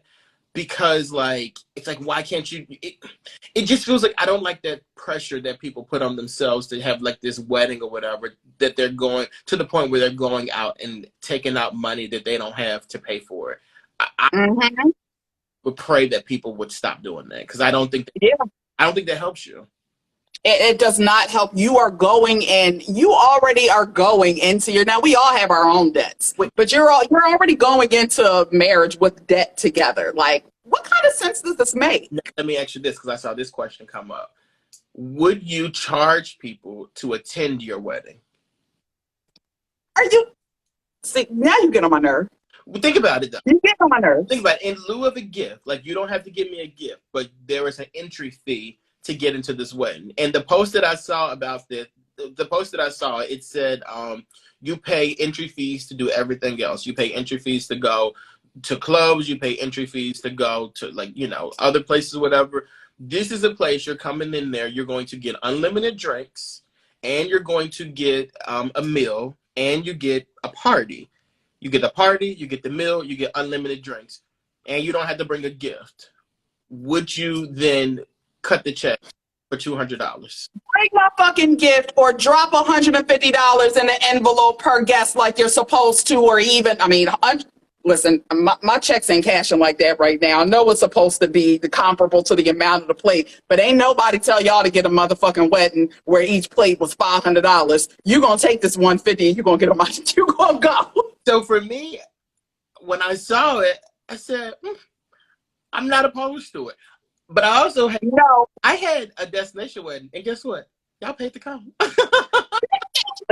Exactly, because that is what it's about. You are celebrating friends. This ain't no fucking club.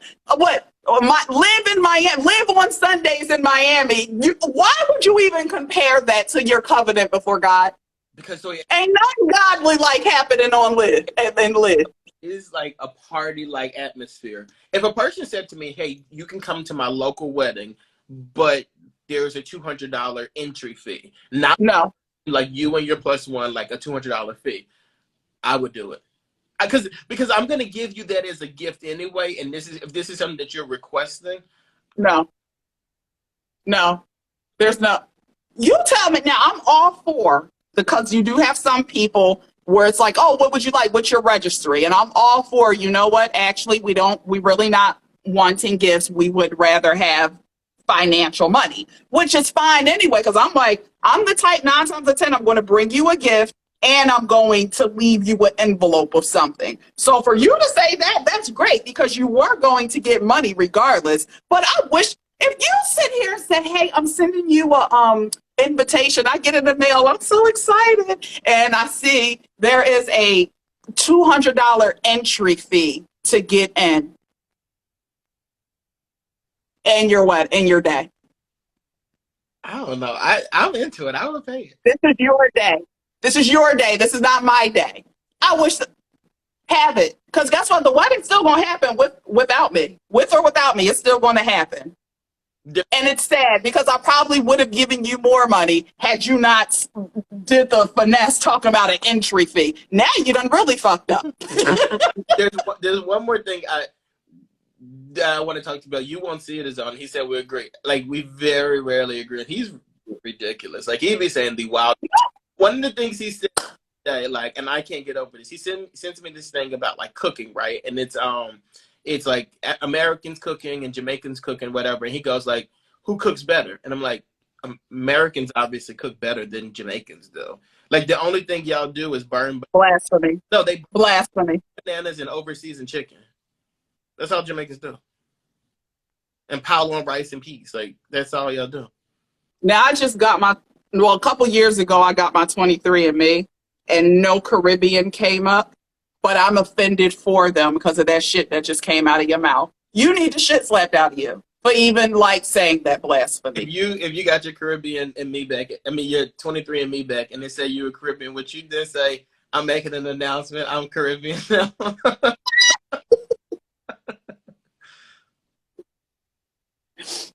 You're not going. Don't ever. Don't you ever in your motherfucking life. American cuisine. Let me tell you what. Like true. They put raisins in their potato salad. Don't you dare. Take them out. Don't you dare speak this mess against Caribbean cuisine. At least they make potato salad. Jamaicans make potato salad? No. Now I know a Jamaican chef that make. Potato salad not good because they don't do that. They don't do that. Jamaicans don't really do anything. To be honest. Like, the only vegetable that Jamaicans make is cabbage. That's it. Like, they don't make no vegetables. Rice and peas, cabbage, macaroni and cheese, and people say the macaroni. And that's some American shit. They don't be. Yeah, because they got American-fied as they come up. It be vegetables in the stewed chicken. Did you want vegetables in there? I feel like Jamaicans don't do nothing. They don't do a little side salad. Jamaicans don't do nothing. I'm telling you. All the thing they do is, like I said, they overseason chicken, they burn bananas, and they be stingy with their oxtails. Like, that's how they do. That's it. You still not coconut is a tree. Like that's neither here nor there. And you're right, I ain't never heard of a little Jamaican salad. Little Caribbean. Do they know what lettuce is? They don't even know what lettuce is. Let me stop. Y'all ain't got no lettuce, tomato? Yeah, y'all ain't never heard of celery, huh? It's just they grow it, but you just don't use it. Oh, look, they said bell peppers. Ooh, y'all got two of them. Because in the stew, there be a little bell pepper. Sometimes they put a little carrot in there. It be some onion in there. They do not chives. Scallions. Don't be. Okay. What do I know? I'm just an American over here. Just know that shit slaps. Okay? Now, wait, one more thing, though, because I know it's getting late. But yeah, done. We're pretty much done. We'll pick up low vibrational. Low vibrational. Can we do low vibration real quick? Just start it. Yeah, because it's in line. It's food. Go ahead. You guys, I don't know the story like that. Okay, so I guess they call it Coach Stormy Weathers. Coach Stormy, you on the she's known as like an up and coming, well, not an up and coming, she is a big deal social media influencer. She's like a life coach and an entrepreneur, but we know today what that means, the trigger world. But she done got herself a TV show and a whole motherfucking following of people. Well, a video went viral recently. I guess it was her and a few of her followers, or I don't know what the fuck you call these people. Her cult members. Her cult members, and I guess they're at a barbecue or some affair. So one of the cult members had a plate, and it was a little hamburger hot dog with a bun. Like how, you know, it looks exactly how it looked when y'all be packing y'all plates. Y'all be at the cookouts. That's what our plate looked like. So y'all know. Absolutely. So all of a sudden, Coach Stormy felt the need to look at her. Girl, what? Why you got that shit on your plate? That's a peasant. I'm a queen. That's a peasant ass plate. When people, You see that shit? Look at that plate. All that motherfucking fat shit up there. Look at my plate. This is a plate of a queen. That's a fucking low vibrational plate. This is a queen's plate. so Stormy, The lady said, the cult member said, they made it for me. I eat it. So Stormy's plate had like one lobster tail on it, 3 shrimp, a little bit of salad, so no Jamaican. Couple of asparaguses. They were the big ones, so like 5 asparagus. That's good. So no Jamaican made that plate, and then and then the other lady's plate, she had 3 hot dogs, a hamburger, some potato salad without raisins in it, some ham hocks, some turkey necks. Like she had a plate, And Stormy was like, and then the woman was like, the other people made it for me, and Stormy was saying like, you don't have to let other people pile stuff on your plate and eat it. Toya, I don't disagree with Stormy. I don't. Here's the thing. I fully don't either. But mind your fuck. I'm a grown ass woman. It's a motherfucking barbecue. I wish the fuck you would come up here. This ain't no Tuesday fucking in the office regular lunch session, because we know some of you bitches have breakfast, lunch, and dinner before 10 a.m. It's for somebody else.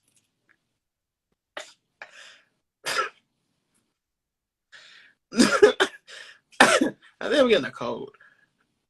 So anyway, what do you got? Like, it's flu season. It's okay. You gonna be all right, baby. To get your flu shot. Do you guys think that? And let me just say this. Let me say this, because y'all really gonna see. Look at the comments already. Y'all are saying that Stormy's wrong in the comments, right? How many times have y'all been at a family gathering and either you said it out loud or you thought he or she don't need that second plate? How many times? No, and now in the black household, it's definitely going. You still hungry? You eating again? How many times? I know. Eating again?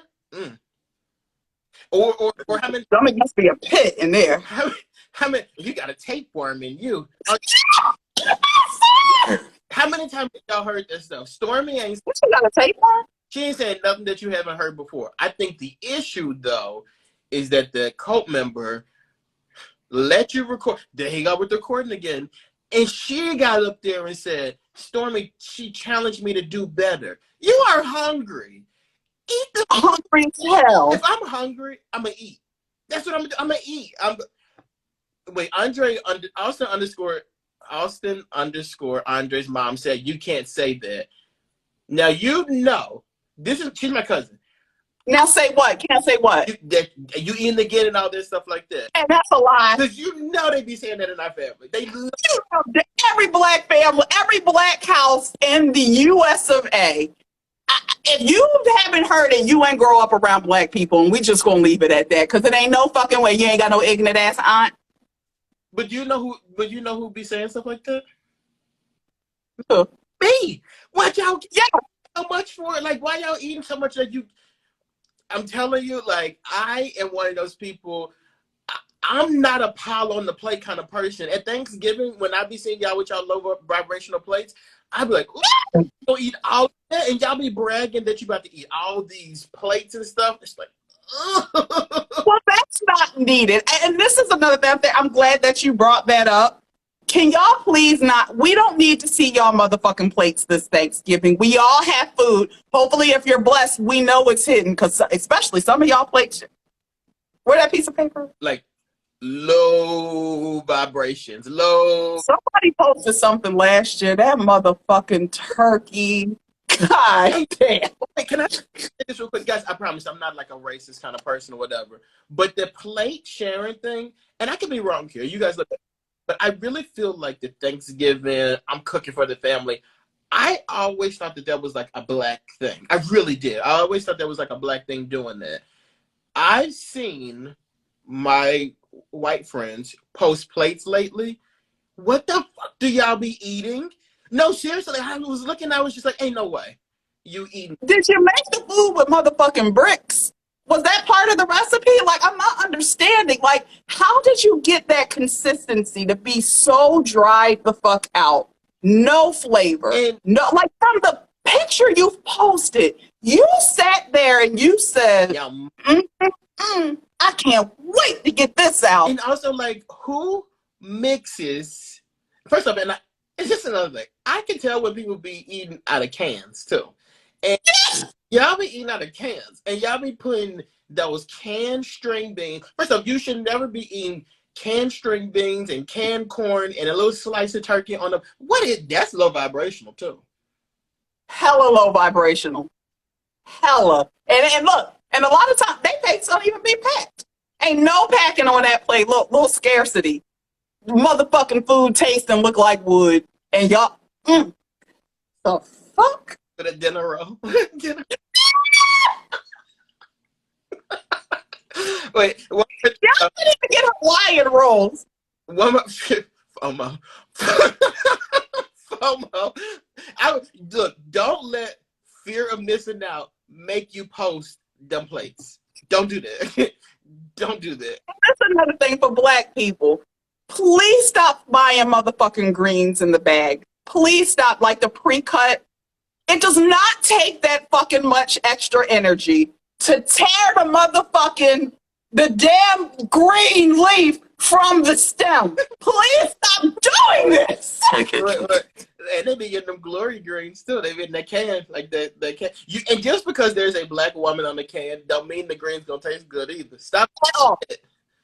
Please, please stop. Could you imagine being racist though during Thanksgiving dinner? Like you go and you picking up your Thanksgiving meals and you pick up the corn out of the can, you pick up the string beans out of the can. Then you get to the greens and you see this black woman on there. You'd be like, oh no, I draw the line. Oh no. I ain't ready for this. What a black woman is on it.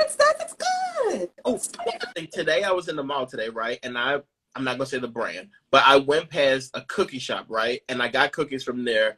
Guys, there is a lady in the comments right now. Her name is Glassy Brown. She runs this Glassy Brown Cookies. We're talking about the holiday stuff, and you can get your meals and your cookies and stuff. Please go get Glassy Brown Cookies. Do not, come on. and she's in the malls in New Jersey, and then she has a store in Burlington. And then she does pop-ups in local malls in the area. So please keep a lookout on her page. Order it. You can order the cookies and they'll ship to you. Have them before the holidays. And she does prepackaged ones too, so you can make them on your own. I'm just saying that because I think we all go to the mall. I haven't been to the mall in years. I went today and I got cookies and I wanted to throw them damn cookies back at the people. I don't know what she does in her shop or whatever, but her cookies ain't like everybody else's. I'm telling you. They're not. And the website is right there too, glassybrown.cookies.com.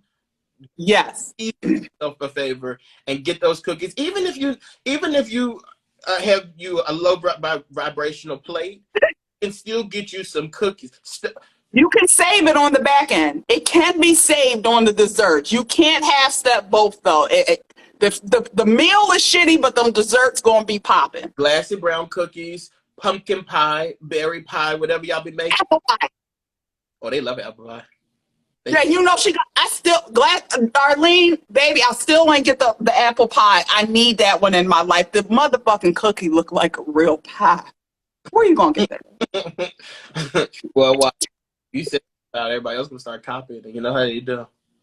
Oh yeah, you know the big. Y'all know the motherfucking apple pie cookie started with Glassy Brown. It looks like a pie, a baby pie. Oh, wait. I'm entertained. Entertain me. Said, are they better than Insomnia cookies? Absolutely. And Come on. if you like, and don't be comparing her to Crumble either. I had a couple of them Crumble cookies. I ain't like them. if you like Insomnia cookie, you'll love Glassy Brown because they copy off all the time. But that's neither. Absolutely. So go. Oh, and she has you know what? I'm gonna show y'all. So she actually has a line to where you can. She has prepackaged cookies, and you can make them yourself. Let me show you because Arlene, I have not opened mine yet, so I'll give you guys a look of what they look like. Chow, why my oven don't work, and because it was summer, I was like, it's okay. Hot as shit. I ain't putting nothing in no oven, but now Y'all gonna have to get in here tomorrow because I'm making baked barbecue chicken on Sunday. Hold on, I'm gonna show y'all. Keep talking, Dex, We before we really go. appreciate you guys for checking in on us today. And I don't know why you guys have stayed on so long with us today. Maybe it's because it's cold outside. Maybe we should do this more often in the wintertime because y'all don't seem to not have nothing to do in the wintertime. That shit fucked up. When it's cold and rainy, that's it. We ain't got nothing to do. But these are her lemon drop cookie mix. I know it's a little, and I know it's backwards. Well, y'all start with the shit. But yes, her cookies are amazing. Normally, I get the chocolate chip, but I cannot wait to try these lemon drops. And now that it's cold, we all put a couple extra pounds on, just a couple. I only get chocolate chip. Only. Mm. You like your chocolate? Okay, okay. What's her name? David Boyega? The actor? Oh, no. Only date black women. Why, that too for me. But, no, for some reason, a lot of these cookie places and stuff, they do all these additional flavors and stuff like that. Just keep to the basics. I don't need all the extra.